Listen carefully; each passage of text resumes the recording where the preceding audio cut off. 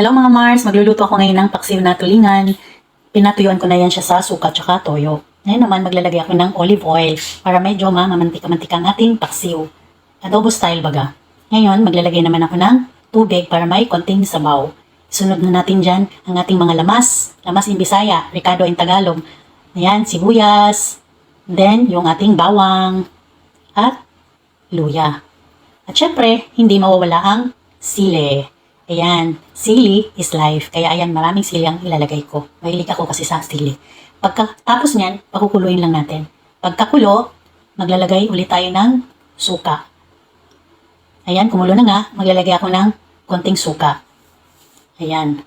At maglalagay din ako ng konting pampalasa. Konti lang.